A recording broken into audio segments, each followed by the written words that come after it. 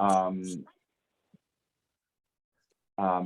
well, at any rate, we'll just going to like launch into this. Okay, so just the three of us is fine. But Yeah. We're recording. Make it happen, man. all right. Well, rather than go through the whole dog and pony show here, let me just tell you what I was looking at. We were looking at this week. We were able to. We tested now well over 7,000 animals, and we won't talk about dairy right now. But what we did look at was we broke it down by breed. So we tested over 1,000 Angus bulls. I've got to see how many I have. I don't have the thing in front of me. Well, I do. Here we are. And we've got about 100 Linnies, and then most of the Aubracs, all the Aubracs we tested so far, have come from Scott. But what's interesting now, I know that Lynn and Scott know the scoring system, but let me just give you again your name. Oh, you're Matt. Okay, I apologize. I'm terrible with names. Even if I see them, I'm terrible with them. But anyway, okay. So the CliffsNotes version of this is what we're doing is we're measuring 3 proteins that are produced by specific cells in the body, mucosal epithelia. These proteins are being produced by in the lumen of the gut, in the reproductive tract, in the respiratory tract, in saliva. Okay, and we've linked them to stress resistance. That's the simple explanation. Okay, so what we found is when we looked at, and we got some Charlie in there, but not enough to water shotgun. But at any rate, we've done over 1,000 Angus. Now, all the animals that we have been testing in Angus, at any rate, until recently, were animals that were going to a competitive sale. So you could assume that they're the creme de la creme of what's out there. Although in the last month, 2 months, we've had a significant number of commercial cattle come in for analysis. And the long story short, in the Angus, okay, again, the scoring system, sorry, I was jumping around. Okay, so scoring system runs from 1 to 6. Okay, and we measure these proteins in terms of, if you're looking at semen, and saliva, those are the two that are in this data set. In semen, it's measured in nanograms per milliliter, and in saliva, it's the same. Okay, and so the magic number in terms of our scoring system is animals that score better than 4.4, okay, on a 6-point scale. What we consider those animals, I call them super cows. All right, and as the score moves more to the right, the higher concentration of these proteins are in semen or saliva, the more extraordinary those animals become, in our opinion. So in other words, when you get up into the 5 range, between 4.5 and 5, these animals are in the top 25% of all the animals that we've tested. Okay, when you get above 5, you're in the 5% range. When you're at 6, you're in the 1% range. Very, very, very best.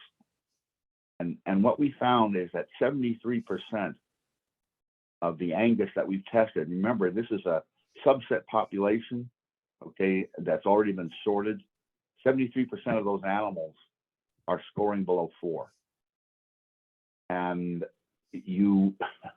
which is, if you looked at the Aubrac population that we've tested so far, which again are primarily Scots, all Scots, I guess, there's only 12% of those animals that fit that category. All right. What we would consider average is a score between 4 and 4.4. And in the Angus breed, it amounts to less than 10% actually are normal. Okay, and that means that they're producing these proteins in sufficient quantities to be physiologically active. Below 4, they're not producing these things at levels that would elicit any kind of biological effect. Okay, and as we go up, you know, what's the difference between a 4.5, we'll say, and a 6? Well, I think we figured it out this week, and I can share that with you guys when I get through this. If you have any questions, stop me. I know, again, Lynn and Scott and I have, you know, we've been talking about this for a while. So don't I have a ton of questions, but I'm trying to figure out how to work them in to not run us off the tracks here. So you're saying that the Angus population that you've tested, as far as I think you said maybe the score of 5 or better was anything above a 4.5 and above. Okay. So that's the 12% of the Angus population. Is that what you said? No. Okay, go the other way. Okay, I guess what I'm trying to tell you is the Angus are in trouble. Yeah. Okay, based upon what we're measuring. In the Angus population, there was 73% of the animals that we tested was over 1,000 Angus, fall below 4. Oh. Okay, Gotcha. they're in the ranges of 3 to 4. Right. Okay, so that they are not producing these proteins in physiologically effective amounts. So as far as the one thing that I've sort of got from Scott that I'm super unclear on, and many other things, but as far as just a low level kind of thing. So as far as I can understand, the score that you're giving with this test, it on a bull, it shows if it is it shows if that animal should thrive or not, but that doesn't necessarily mean that that they will pass all that along. The correlation to offspring is the question there. Right. Okay. So what we have, there is, once upon a time, the way we selected animals was based upon family lines, female lines, cow lines. Okay. And about 16 years ago, 2 things happened. Artificial insemination got to be a big deal, especially with Angus, assuming that they're the predominant source of beef in the country. And there was a switch then from recognizing the importance of cow families, putting all the emphasis on the paternal line, on the bull side of things. Okay, that was a problem because these proteins are actually linked to maternal inheritance, right? And so the bull does make it so that there are, we know, for example, there's like, there's some Angus bulls that are in our 6th category, and there's a predominance of offspring from those bulls, okay, that are also score well, but it depends on the cow that bull's bred to. Okay, so when you basically when you inherit an X chromosome from the dam and a Y chromosome as your bull from the sire, and there is a transfer of genetic material, but it's limited. Okay, so there is a section of the gene component on the Y chromosome that is unique and there's no transfer of information. Okay, so what's happening, it's not necessarily as a result of the way this is inherited. It's not, you can't automatically assume that you're going to end up, if you bred, if that bull was a 6, that he's going to throw 4.5 or above offspring. But you would say there's some correlation. Some. Yeah, no, there is. But the most, what we found is that now Angus are different than Aubracs, and the beauty of Aubracs, what I call them is, what I say is that they're honest animals. Okay, what's happened with Angus? Okay, I kind of got distracted there a little bit. That's so the first problem was, it's not you, it's me. Okay. So the first problem, again, was this idea of moving from realizing the importance of maternal inheritance to focusing on the use of sires to fix everything. The second problem actually goes back a little bit further than that. You know, when I was a kid, we come from Southern Alabama. I used to show Brahma cattle. I always used to be jealous of all the kids that had Angus and Herefords. Because see, I always had one that was built like a rocket ship. Was always ready to go home at the show, no matter it was a straight line home. Didn't make any difference if we went through hot dog stands, it would do that. Okay, but at that time, these kids with the little Angus, I used to call them 4x4s or Herefords. They're like 4 foot tall, 4 foot wide. If they went down, you had to get a front end loader to pick them up, right? And so all of a sudden, and say in the 80s, these things are like 5 foot at the withers. How did that happen? Well, they in the early 80s, they went to Europe and they found every bit of trash they could in every field in France and Switzerland and Germany and brought it back here. And what they did is they used those animals to, in quotes, improve these British breeds. And what I don't know, first of all, they didn't get the very best ones, I'll tell you that. The second problem is that you introduced a gene pool that basically had a different set points in terms of growth rate. Okay, so there's a thing like, well, just for lack of just simplistically put, it's a metabolic thermostat that's built into every individual. Okay, and what's happened when they brought these exotics and bred them to Angus, we'll just say, it screwed the thermostat up in the Angus.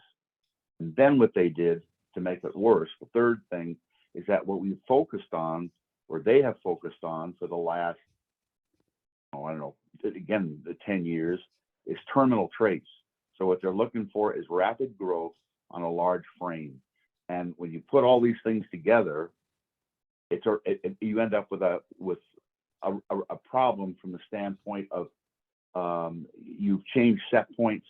You know, the other problem with the cattle, with beef cattle in general, is that you're trying to select for 18 things at the same time that are actually physiologically juxtaposition. And what's, as a result of selecting for terminal traits, we lost these traits that we call survival traits that are actually associated with maternal inheritance. And that's why, you know, these people can't keep, they're so concerned with sustainability, or whatever the terminology that they use, that, you know, you can't keep a bull in service for 2 years without him breaking down. Okay, they're lucky if they get 2 calves out of a heifer. Okay, or they have animals that you just can't be around because they're trying to kill you. All of those things are associated with this loss of the maternal traits, which we've said simplistically that they're survival traits. We bred them out. We've got to bring them back in. Now that didn't happen with Aubrac because they kept them honest, right?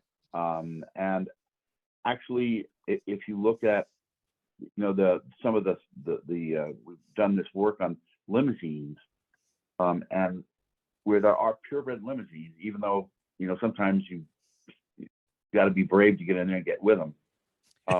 They tend to follow the Aubrac in terms of being honest and not having this where the majority of the population is, as I said, not producing these things at any kind of workable level. Does that make sense? Can I make a comment? Yeah, please. So of those samples that I sent in, I'm guessing there's at least 20 full-blood Aubrac bulls that would have come from Miditest in France. Right. Okay, so any of those bulls that was a double muscle carrier, there was probably 4 or 5 of them, were below 4. Right. The other interesting thing is there was not one of those bulls that was over 5.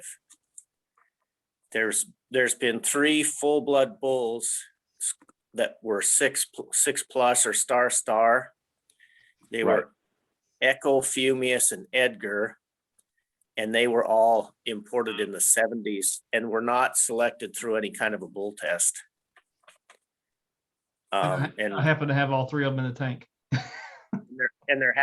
There's one other bull, it's a bull called 8T that we raised in the United States that's a full-blood bull. And not that those bulls were bad, most of them were in the high 4s, but there wasn't the exceptional one. And in France, most of those breeders, when they select those bulls for that bull test, they're high performing bulls that probably are not of their best cows. They keep the ones out of their very best cow families for themselves and to trade with their neighbors. So that's just a little bit of information. Well, here's the other bit too. I mean, I'm because I had this thing all lined out so it was logical, and since it's just us, I'm making it illogical. Yeah, we can bounce, man. No problem. No, I'm just talking to you. When we started scoring beef animals, we followed the dairy scoring, which was pretty simple. Okay, so when we scored dairy cattle, we used a 3, 4, and 5 score, and I'm because we knew that over a certain number in colostrum and then semen, and I'll just tell you, all right. So again, we measure this stuff in nanograms per milliliter. If you're measuring it in colostrum, it's in micrograms. But we know, for example, that in dairy cattle, in a colostrum sample, it was over 300 micrograms. You were in the super cow range, and we never bothered to pull. I haven't done it yet, anyway, to separate, because we had animals that would score 900 micrograms per milliliter and 7 and 6, but we just knew that over 300, that these animals were again fit our category of super, and what that was when we did this. The original study, it involved 370 cows, 3 breeds, 4 different locations. What we did was look at milk production and mastitis incidence as measures of response. To make a long story short, the ones that we call super cows, which we didn't, they produced like 5,000 pounds more milk than the average, and the ones that were, I call baloney cows.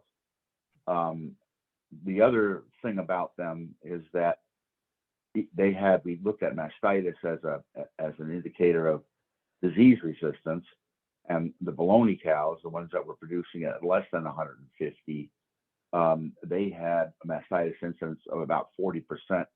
And 40% of those cows needed repeated treatment, or they were culled, where the super cows, that they had the highest incidence of mastitis, the 68%, but they were less than 10% needed to be treated more than once, and none of them were culled. Okay, so those are objective measurements. Subjective measurement was that in a population, in a large dairy, if you got 1,000 cows in a shed, or 500 cows, I don't care, 200 cows, you end up with subset populations within that population of about 20 animals, and they stay in that group. Okay, what happened in this experiment, or what we saw, and this is subjective, was they would move from group to group, super cows would, without any kind of warfare, and had their snouts in the trough all the time. And I walked through, I don't know, thousands of cows in the course of my years. And usually if you walk in as a stranger into a loafing shed, they'll move away from you. But super cows, you could walk up to and touch, and they would not move away. And so the way we summarize that behavior, and then talking to the milkers, they all knew the good cows, and they would say these cows were steady and they weren't trying to, use their heads as soccer balls when they were milking them. Okay, so the way I've summarized that is to say that these animals basically are stress resistant. They can deal with their environment more effectively. And basically this applies to all mammals, by the way. And you know, we got into beef cattle only because a friend of mine, who's an Angus breeder, asked me if what we were doing, you know, with dairy, and just a little bit as a prehistory, is that this individual is been a friend of mine. We breed Clydesdales. We have bred Clydesdale horses. He's probably the largest Clydesdale breeder in the United States, and he couldn't keep foals alive. These big horses don't like to reproduce. They and when they do, the foals are stupid when they hit the ground. And he had like a 30% live foal crop when we started this last year. You know, by selecting studs and mares based upon what we've called the test of Promogen, gave it the name Promogen. And all that means is first promogenitor, that thing. That basically it's gone up to 70% live. And so that's what started this thing with beef cattle. And it's, you know, just kind of gone from there. You know, what we've been working on here lately is coming up with a value proposition here. You know, why is this important? Okay, so basically, you know, we find these animals that have these high scores, and now a lot of what I'm sharing is somewhat anecdotal, because even though I told you we tested 1,000 Angus cattle, the criteria that you would use to say that, well, if an animal, for example, if it's a cow, his score is a 6, she's bred to a 6, and she has a calf that's a 6, you know, how does that put money in my pocket? And what we are finding is that these animals, first of all, again, I'm focused on the Anguses. That's where we have the most numbers, but they are right now in the process of, this would be the first calf crop, okay, that actually had been selected using the criteria of breeding, you know, 4.5 or better animals, comparable, well, high scoring animals. And what they're telling us is that they're seeing a significant increase in the number of grade 1 embryos that they're harvesting from these females. The second thing is that there's a number of these that I have to look in terms of how many bulls have been purchased by bull studs that, you know, were purchased on the basis of their Promogen scores.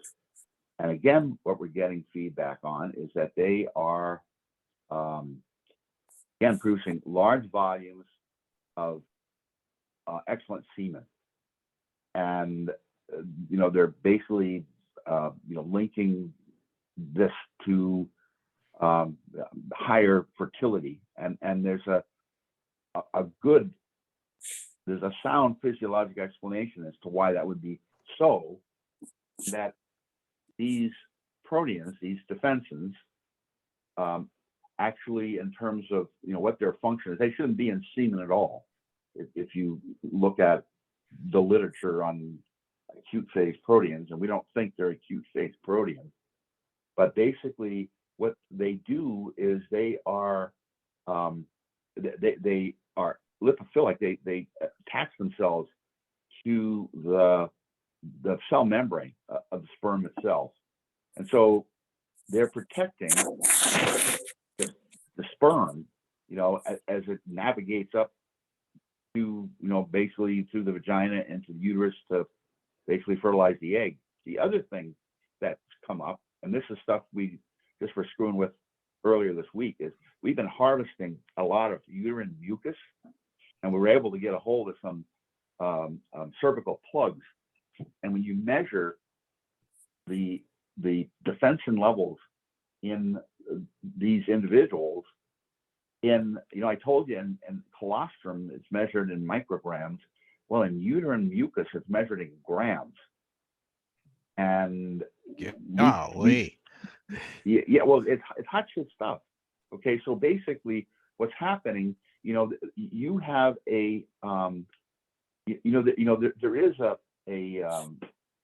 oh hell, immunological reaction. I mean, that's, there's a problem in human fertility with basically incompatibility or an immune response to semen itself.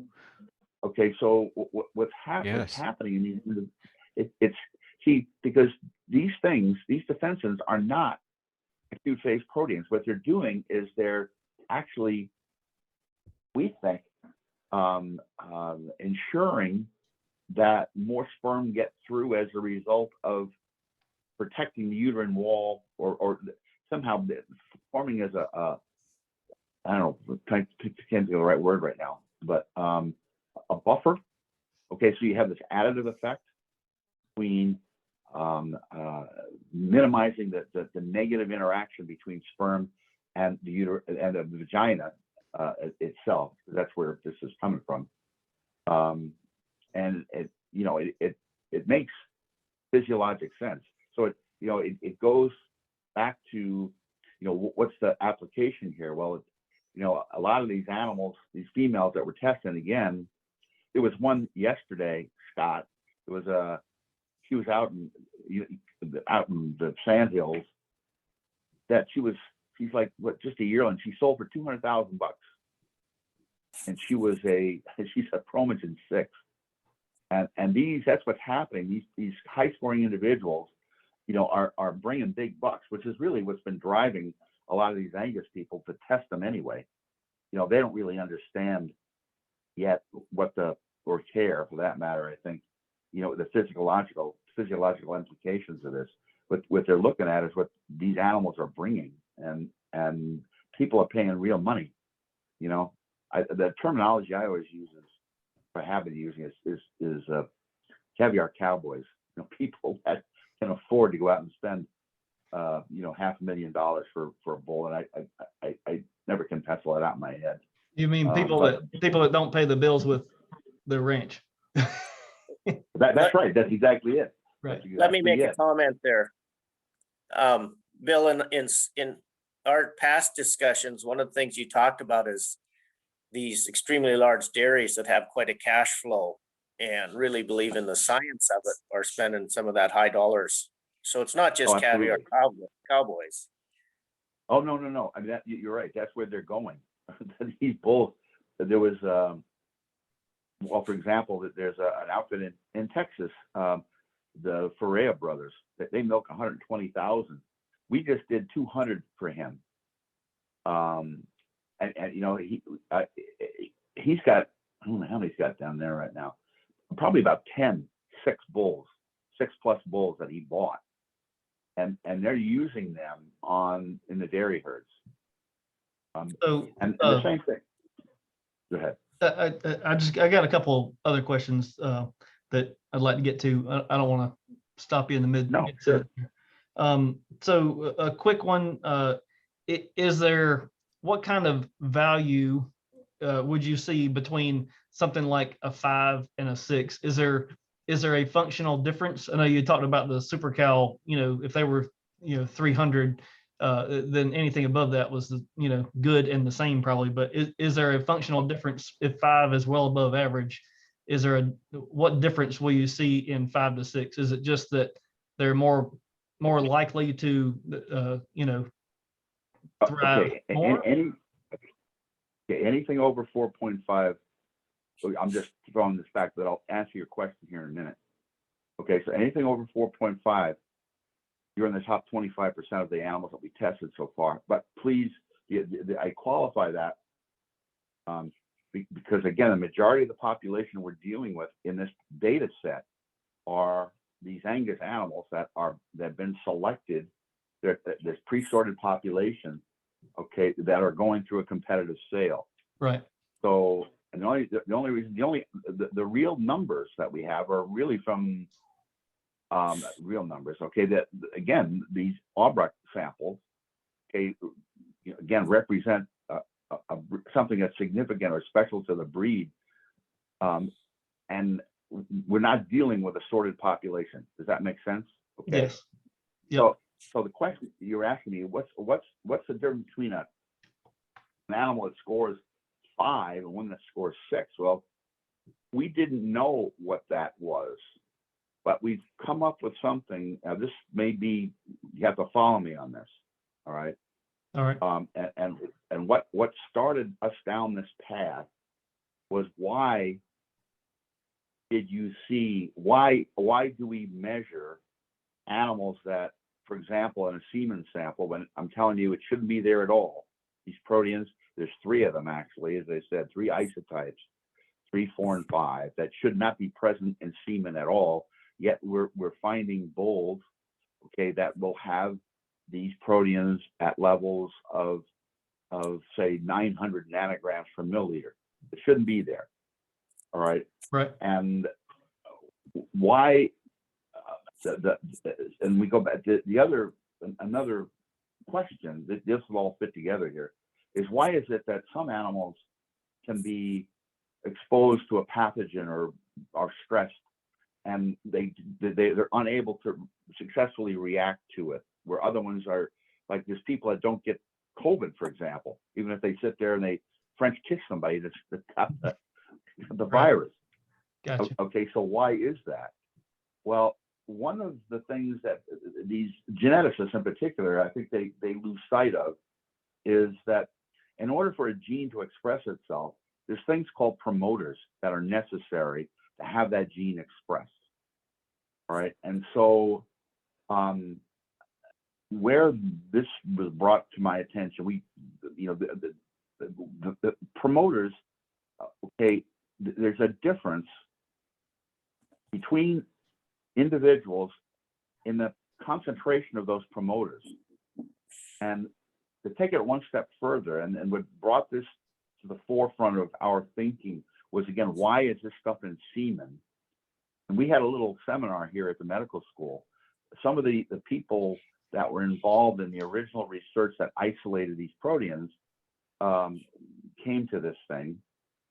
And, the fact that we found these 3, 4, and 5 and all these other fluids, again, that they shouldn't have been present if, based on the conventional wisdom, everybody's now all excited about this.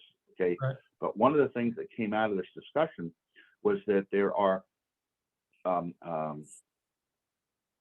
to explain it. Basically, there are substances, entities, okay, that are not directly related to the inheritance of the gene to express the 3, 4, and 5 itself, but they're downstream from that. They're inherited, but they're not associated with the gene.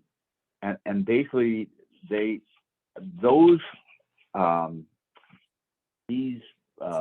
entities actually, again, are tied to maternal mitochondrial DNA. Okay, so we're going back to the importance of cow lines again. Yep. And some individuals have these things at very high levels, and some of them don't. So what I'm trying to get at is, when you talk to a geneticist about breeding for disease resistance, they're always going to tell you you can't do it. Okay, because the inheritance level is so low. Well, they're full of shit. And the reason why they thought that is that there was no clear marker. There was nothing that they could measure, okay, that they could correlate with disease, inheritance of disease resistance. Well, we think that these proteins, these defensins, are windows into an individual's basic ability to deal with infection as a result of the fact that they're being stimulated by these entities, these downstream promoters. Right. That makes sense. This is not simple stuff. Yeah, I got you. But I'm telling you, either way, if you're seeing a significant difference with higher levels, whether you need to know exactly why that one does it, if it has an effect and it does something that we've not been able to track, counting feel. those proteins is good. I mean, that tells you what. Absolutely. Right. One other quick one that that's super important to me. Do you see any effect with heterosis? Because heterosis is mostly known for things that are lowly heritable being improved, as far as in the offspring of cross. But I don't know if that would fall into this. But No. Do you see any difference with heterosis? Well, I mean, basically we're dealing with turbid populations, but if we looked at any of the dairy cows, we expanded that study to where in Europe, for whatever reason, they're into crossbreeding. Okay, so we had some herds that were basically British Friesian on Holstein, which you could look at, you could end up with a heterotic effect, or Swedish red and whites are the big deal, which all that is an Asher cow that got stuck in Scandinavia. And they'll put them on Friesians or Holsteins, and we've seen no heterotic effect. I mean, because basically, the inheritance of these things, in quotes, is really, again, tied to maternal mitochondrial DNA. Right. And so it's not necessarily an interaction of genes where you end up with a heterotic effect because of one amplifies the expression of the other. Right. So no. So, go ahead. Well, I lost I was in the middle of stopping and changing gears there. I'm sorry. But what were you about to say? I'm just going to give you an example. This is just, I told this story. Tom Osborne, the football coach here, is a friend of mine when he was the football coach. And we used to use this test on the football team. Okay. And actually we could determine who the outstanding athletes were. That's as insane. A result of what their score was. Right. And I bring that up because, again, I guess if you look at the entire human population as being heterotic, I guess that would be the case. But we all of this work actually started with racehorses in Ireland, and again, there's a variant of the test that where we're truly using the acute phase proteins to measure inflammatory response in the blood, and we could tell by testing a horse before they went on the track that they were, we couldn't tell if they're going to win, place, or show, but you could tell if they're going to do their very best. But right. by doing this measuring 3, 4, and 5, again, we could determine yearlings that were able to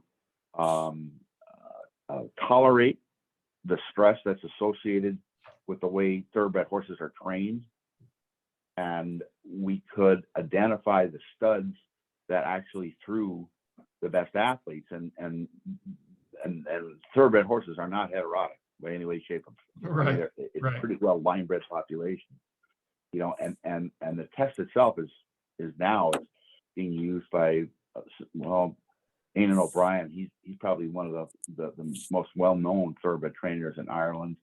There's about 3 stud farms that are used as part of their program now. Right. So would you say, as far as identification of animals, and we all like to think we can look at a pedigree and average the two, male and a female, like clearly that's not how this one works. No. But as far as identifying animals, is this a test that you're offering? If people can, is there, absolutely. All you can do is just test males and females, right? How does that process work? I've got 10 heifers from Scott and a bull that scored a 6, by the way. And if I've got those 10 heifers, is that worth me finding a way to send in samples? And what kind of costs are involved? Well, okay, the test itself costs $35.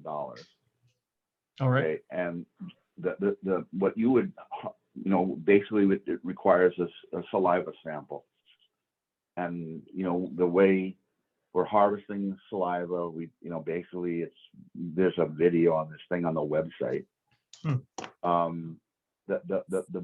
Which we have, there is a website that goes through all the stuff that we've been focused on some things because I've read a little bit of it, but there's a lot to put together there. But basically, the value of this is, like Scott, your samples of all those that you sent, they'll be done on Monday. They got kind of waylaid when we ended up with these 200 from Freya, and then everybody, we haven't drawn enough attention to the website. We're trying to set up rules here, but what happens is everybody wants something yesterday, and so every day there's a sale, and we've been getting buried in my desk is covered in snot and semen from all these Angus people kind of this crap in here. We had a bunch come down from Alberta, and again, they I don't know what they think we're doing here. It's a lab process. We're these things are run right now. We have designated space in the medical school, where they are being run. But it just, we're trying to keep everybody happy. You can't, so we have to set some rules here how it needs to be done, Right. which we are. But anyway, I mean, we'll have I one of those things. I try to push your box to the front of the line there. Right. Yeah. You tell everybody that, right? Right. I do. Bill, Well, Bill, actually, I did. I mean, Scott. I'll tell you, just so you know. I mean, Scott, I've known now how many years? A couple of years. I mean, Yeah. The first time that I saw Aubrac cattle was in the 70s, and I lived in Europe. I used to practice veterinary medicine in Gloucester and in England, and I went over and saw them then. And then the next time is we have an ongoing project in Ireland, and I went to they call it the ploughing. It's an agricultural show, and there was the Aubrac people had an exhibit, and I was impressed as hell. I'd never seen cows like that. And then the final straw that actually got me really interested was my daughter, who was in veterinary school in Dublin. Her boyfriend, who's gone, thank God, was his family milked cows in Wexford, and they had 3 Aubrac bulls that they were using on their heifers, because the Irish animal agriculture, a lot of what they produce is exported on the hoof. And this idea of, they call them suckler herds, they are the basis of animals that are sent to be fed or actually slaughtered right away in around the Mediterranean. A lot of them go to Poland, but most of them end up in Italy and North Africa.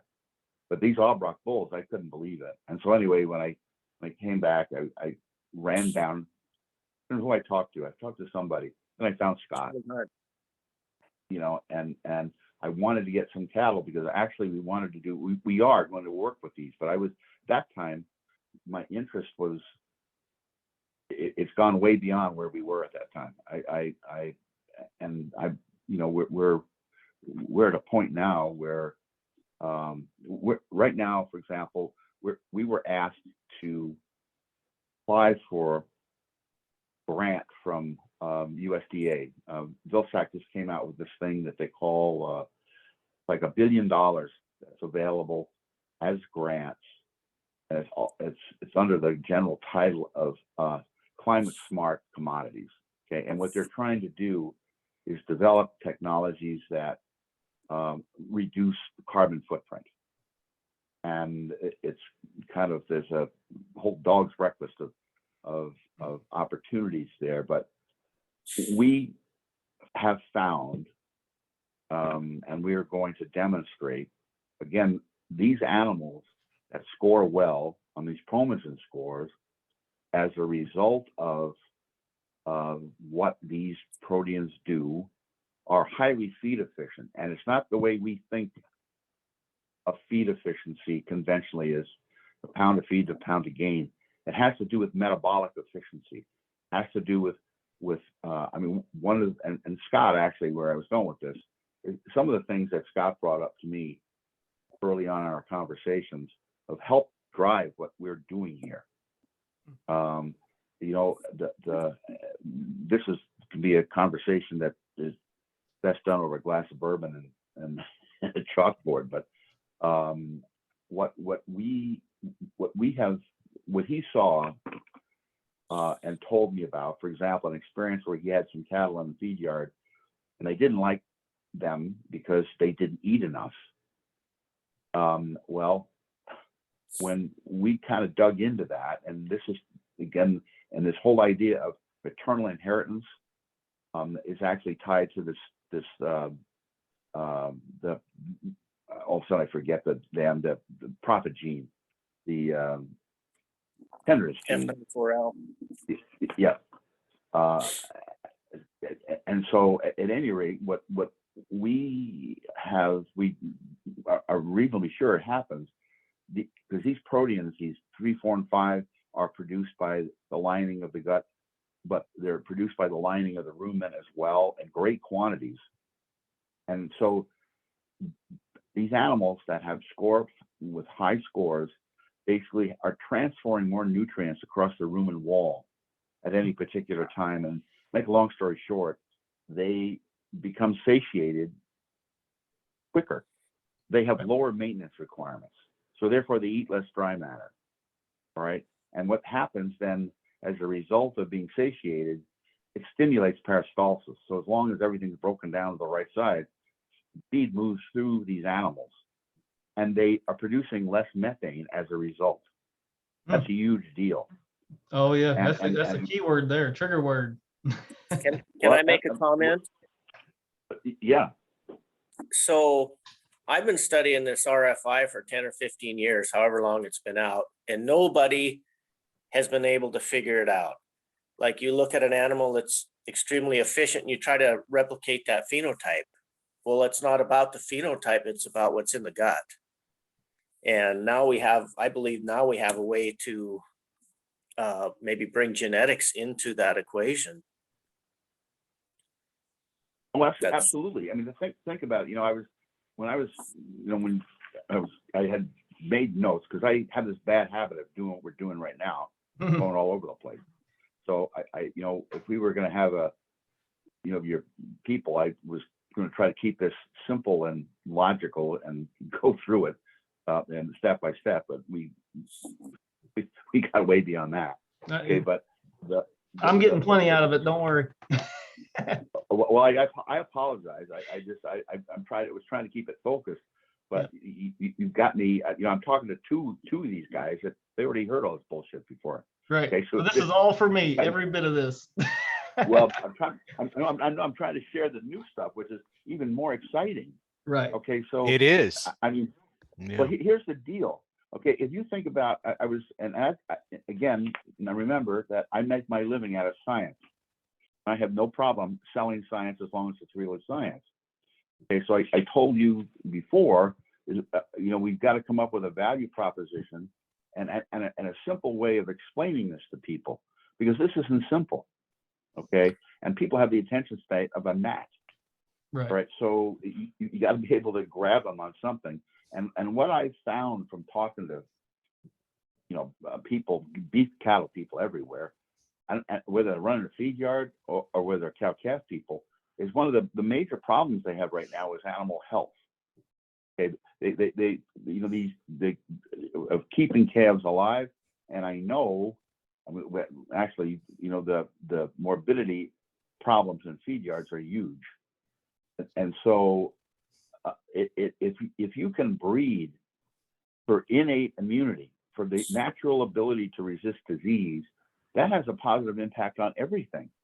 Okay, instead of having to use energy to deal with infection, you're able to use it if you are immunocompetent. If these animals, you know, that have these high scores are basically able to deal with stress, and disease is part of stress, or, you know, whatever's going on around them in terms of, a negative impact of the environment, if they can shrug it off, instead of wasting calories, they, you know, just worrying it off, you know what I mean? Right.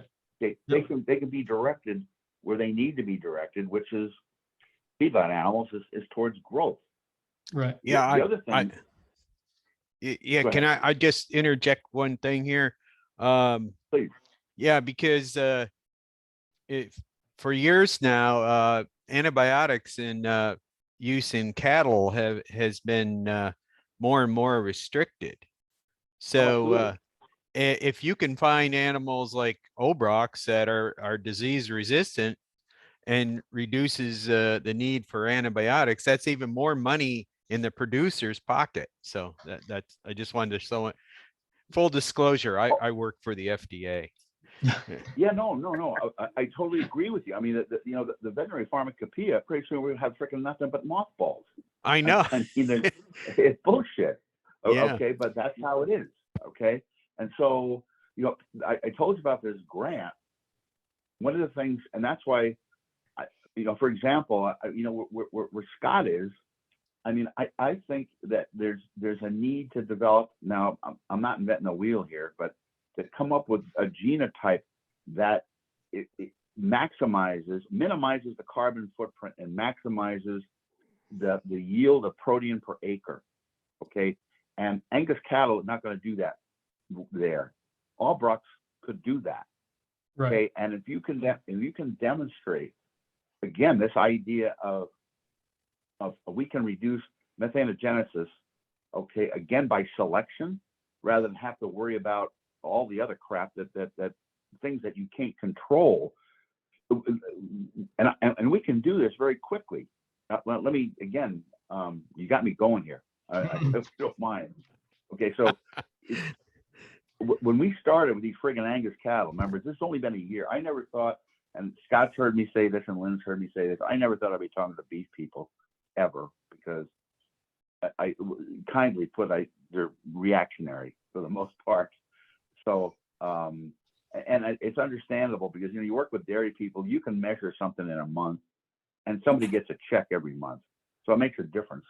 Beef cattle, it's once a year, and it's, you're kind of guessing what's going on, but you'll know the answer in 10 or 15 years. Yeah, that's the thing. That's the thing.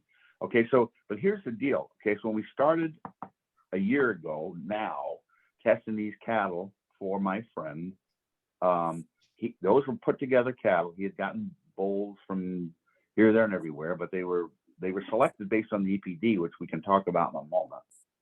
And we tested them, and we ended up in that 63, a lot of 63. There was like 18 of them that tested as superior. Now, I will also tell you that when we tested those animals in March of 2021, I was not scoring these things as I was using a dairy scoring system, and I was being more Christian about it. I was not being as hard as we have become as we get more data. So at any rate, it turned out that those animals sold for an average of about $1,500 more than the rest of the offering, and nobody knew what Promogen was. It was just because they looked better. Okay, and so the sale, the year later, and the sale was 2 weeks ago, and again there was like 63 that went through. Now, of those animals, he had just started to buy animals based upon their Promogen scores. But he won't buy anything less than a 5. And in that population, there was about 22% of them that scored that well, and they brought $5,000 on average more than everybody else. But there's this coming this Wednesday. There was another 56 that we tested that were truly, now they were mostly yearlings, where those ones the ones that 2 weeks ago were 2-year-olds or long yearlings, one or the other. Well, these are actually a lot of these animals are out of, they were embryos basically that were sixes, bred to sixes or whatever. And in that population of animals, 41% of them now fit the category of being above 4.5. And so You're within a saying very that short was period- sixes bred to sixes? You're yeah, saying? it was all, yeah. So Yeah. that's I mean, yeah, that's I'm a mathematical kind of guy, and that's really hard for my head to get wrap around. Even though, I mean, there must be an enormous amount of epigenetic effect, or what, that's I know it's not as simple as sixes. The sixes make sixes. So anyway. Well, what happened is that, okay, so when you looked at these animals, remember these are all like full sibs, so you'd have 5 embryos out of the same. It was the cows that were the basis of this of this population of animals that he's dealing with came from about 3 places. We find these small breeders, small less than 50 cows that have been doing the same thing since Hector had a pup. We're finding concentrations of these animals, right? And that's what happened with these. It wasn't necessarily 6 to 6. It was animals anyway. They were breeding 4.5 to what it was all Promogen to Promogen animals, right? And basically ended up with this what we've seen. So the point of that story is that you can do this relatively rapidly by making that. By making that selection based upon, these scores. Now, every a heifer's born with every egg she's ever going to have, right. And so, they all they're every egg's different. Okay, so that's why when you say you raise a 5 to a 5, you're going to get a 5. Well, not necessarily, but the likelihood of that happening becomes greater as the numbers of females that you're dealing with that score above 4.5 increases. Does that make sense? So right. it's like you go into Vegas with not loaded dice, but at the very least or you know how to count cards. That's maybe a better way to put it. And that's what's happening. So we can make these changes quickly, and I think in so, this isn't something where the generation interval of cow is like 5 years. Well, I think that we could in 10 years completely change the makeup of the national herd based upon the current criteria or need to reduce carbon footprint and to increase productivity and measures as pounds of protein per acre, depending upon the environment, and find the ideal genotype, which we've been trying to do forever, which is the reason why you got like Brangus or Senator Trudis or anything else. Right. But do it more effectively. And the other thing that comes into this too is that one of my gripes with animal agriculture forever is that they forgot they have to sell something to somebody. All right. And with beef, it's probably the worst because I've said this, you got a market that's segmented 3 ways with all three ways trying to screw each other. All right. And so we finally got to a point in time where, consumers, rightly or wrongly, are concerned with where their food comes from. And they want to know that these things are happy until they get knocked in the head. And that, that basically, that we've done it in an eco-friendly way. And then the animals that we have today, at least the Angus herd, is not the animal that would be successful in the market that's developing. It won't be. Right. And we've got to change these things. So we've got to go back. Go ahead, I'm sorry. Well, I have another appointment at 3:30, so I got to go in like 12 minutes or something like that. I can leave the meeting up if y'all want to talk in a little bit. But so the basics from what I understand, and you tell me if I'm wrong here, as far as if I was trying to sell the test. The test itself is just going to show me the animals that are really going to meet their genotypic potential, more, and in many different environments. And then if I want to say that how that affects the Aubrac breed is that the Aubracs already have a jump start on a significant portion of that. Absolutely. Right. Absolutely. You hit the nail on the head. I must, in spite of all my gobbledygook, you kind of figured it out. That's exactly the message. If you look at the Aubracs, if you look at the Angus, again, based on what we've done here, a normal case, I mean, when you look at population genetics or whatever, or it's usually a bell-shaped curve. Okay. With the Angus, it's not a bell-shaped curve. Okay. What's normal in that population is all stacked down to where they're not making the stuff. So okay, with the Aubracs, doesn't that mean that the Angus, I mean, that it's, if it was, if they couldn't tell, right? If they couldn't, obviously, if they haven't run these tests before, that would tell me that it should be, average, relatively spread around and not focused in one direction. But if they're showing below average, correlations, does that mean that they are, so whatever is actually being selected for is, that is fight? I absolutely. mean, you can identify what they're selecting then. Yeah, they're selecting for, yes, they're selecting for terminal traits, and they're selecting it based upon EPD numbers. And the thing about EPDs, okay, that's just a calculation.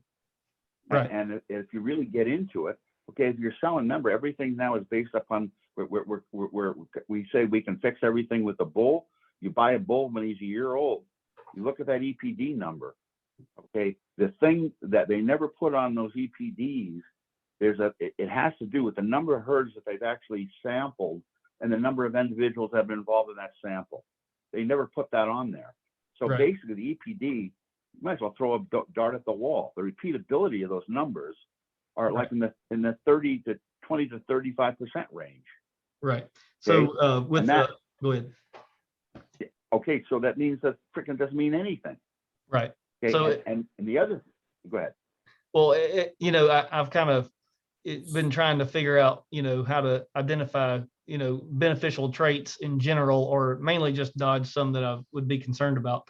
And, clearly Aubracs, we don't really have any EPDs of any kind. I've got, Scott's opinion, which is really worth a lot. But, as far as genetic, what I was going to get there, I went to the, the identity, Neogen identity beef panel just to kind of make sure I didn't see any, thing that was going to, keep me from, maybe dodge a bullet if something was in there. Right. But, I do wonder, well, for one, how Angus centric those things are, but also if, something like that, that's not really tied to it just seems like in my mind, this kind of panel is more based on, what actually, I don't know, more subjective, maybe. Yes, it is. But well, no, it's not. It's objective. Not objective, right? Because it's not just sort of fairy tale differences. Incremental numbers built on incremental numbers. There's something there. But I also don't want to go down the EPD line and just go with the numbers, call it good. So the Promogen that's my, Scott's been telling me this, is that, I'm doing all the DNA stuff for fescue tolerance plus the beef panel on mine. But, he's like, you really got to look at this other test too. And would you say, I mean, as far as animals, the animals you would, want to perpetuate, if you're calling the Promogen the first, I assume that means that would be the highest priority test that you would run of things you can't see? Based upon what we know, absolutely, because you're born this way. Okay, we can tell that Promogen score doesn't change from birth to death. Okay. All right, and so yeah, it is a subjective measurement. And as we said, it's a subjective measurement of stress resistance, and it has all the implications, all these positive implications in terms of animal performance. And Aubrac have an advantage in that, as I said, they're honest. Right. Okay, they didn't get screwed up. Yep. Where everything else is screwed up. Yep. So as far as Lynn, I'm not sure if you're still out there or not, but I know this. I know we didn't turn out quite like we had hoped on the numbers here. Apparently, you were talked into coming by at least one of the other two guys on here. Is there any way if we could get another group together, you might be able to find another hour to burn with this? Oh yeah, no, absolutely. I get a kick out of this. If I had, it's like teaching. Right. I enjoy it, and obviously I got to tell I'm wrapped up in this shit. Yeah. Love it. I love to talk about it. Right. And I like the cattle. I mean, as I said, they're an undiscovered resource, right? Or in my opinion. The way I see it, yeah, Matt, the way I see it, if we can switch to emphasis on Promogen, carcass traits and EPDs follow that. Right. Yeah. And I mean, if an animal can't reach its phenotypic, potential, then who cares? Yeah. Right. The whole genetics thing would go out of it. Go ahead. I'm sorry. Right. No, one of the things I was going to say is that another opportunity or a problem that needs to be addressed is that these animals, I mean, when Scott sent those through the yard, okay, they are being nutritionally abused. These animals, we need to change the way, when we start selecting for basically baseline efficiency or maintenance efficiency, in order to fully benefit from that, we can't feed animals the way they currently feed them in feed yards, which is trying to put as much crap into them as possible. Okay, and use, I mean, the diets are not built to maximize the genetic potential for gain that honest cattle have. Right. Let me tell you another thing. I don't know if I think I told Scott about this. I don't know if I know I didn't tell Lynn. We wrote this article in this beef magazine, and who calls up but the president of the American Deer Farmers Association. Deer farmer? Deer, yeah. Okay. So we had 35 white-tailed buck semen samples come down here. And we ran them, and every one of those was off the charts. They were all 6+++. Wow. Okay. And well, that makes total sense. Okay, based upon what we're saying is that these animals that score high, okay, basically are more immunocompetent. They're more, they have lower maintenance requirements. Okay, because you think about a deer, okay, and they are, I don't care if you ever worked with them, and I have, it's no fun. Okay, but basically they are always in a flight or fight mode in any kind of confinement situation on these, where they're, I mean, basically these deer, most of them are getting raised, for people to go shoot. Right. But they're not ever, they're in a constant motion. Okay. And if you think about them, how do they survive the winter? Okay. It has to do with the fact that they're so highly efficient that they can live on freaking nothing. Right. And we've done bison the same way. Bison's a better model. And I just got, on Saturday, we got a bunch of red deer in here. And again, it's, this stuff is, I don't make my living out of publishing papers, but we got enough crap here to publish, I don't know, like 10 pounds of publications that people haven't seen before. Right. And all this stuff ties together.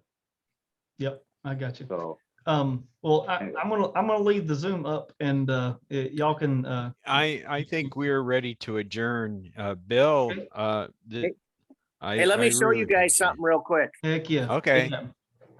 So this is what I use to collect the samples saliva. It's a 50 cc with a hook on it, and you just go in like this and pull back. That's how I've collected all my samples. Okay, you have, I thought you had done some the other ways, but the saliva is going to be the best way, I would assume. And Well, for a female, you know, unless you milk her. Yeah. right, right. But as far as male, I mean, the bulls, you would do saliva Female. as well. This is how Well, I you- did my bull calves too. Okay, gotcha. Yep. So, and as far as the sample quality, I did find on their website the collection method, but as far as any other things that contaminate saliva tests that would make it unusable, Dr. Julien? Yeah, Bill. My name is Bill. What you want to do is yeah, Bill. What you want to do is make sure they don't drink water 10 minutes before you collect, and Gotcha. you know, make sure there's no cud there, because I'll tell you what, when those samples come through with cud, when you open them up, they explode. Nice. So they come through like that, I'll send them back to you. You can open up yourself. Right, there you go. And as far as you know, if they're all worked up, frothy in the head gate, is that going to cause any problems as long as they didn't just wash it all out? As long just make sure that you're going back into the back of the, you know, you run along the lower jawbone back to the cheek, and you'll be fine. Gotcha. All right. Well, there'll be So some Matt, coming your way. Matt, I've tested the mothers of all your heifers. Okay. Yeah. So we'll be getting results. So that would be the question, Bill. You know, if I know, I mean, yeah, that if it's being passed along through the dam side, is there some prediction of what those what these calves, these heifer calves, should be out of their dams, or is it see how? Remember, every egg is different. Right. So Yep. you know, and we're again with the Aubracs, we're, you know, we're not in virgin country, because we have they are on the high side, they're on the right hand side of the curve. Right. So what we want to do, we want to keep on pushing this higher. And his population of animals we've tested so far, 60% of them fall into the range of producing the protein. Okay, that's a lot. Gotcha. Okay, and that is that's where you want to start, not where they're not doing it. Yep. 70% don't do it. Gotcha. 60% of Scott's animals are producing it at normal levels. Gotcha. All right. So that makes it easier. Yep. Okay. Well, I've got to get out of here. Bill, I appreciate your time and I love your enthusiasm. I hope that I find something that's that exciting for me at some point. But I think this is exciting for the whole breed. it is for sure. So that's where we got to go. Yep. All right. Okay. Thanks again, Bill. Appreciate it, All right. sir. All right. All Thanks, right, gentlemen. I gotta go. Have a great Bye. day. Go and like feed horses now. Okay, There guys. you go. See you. Thank you. Thanks. Bye.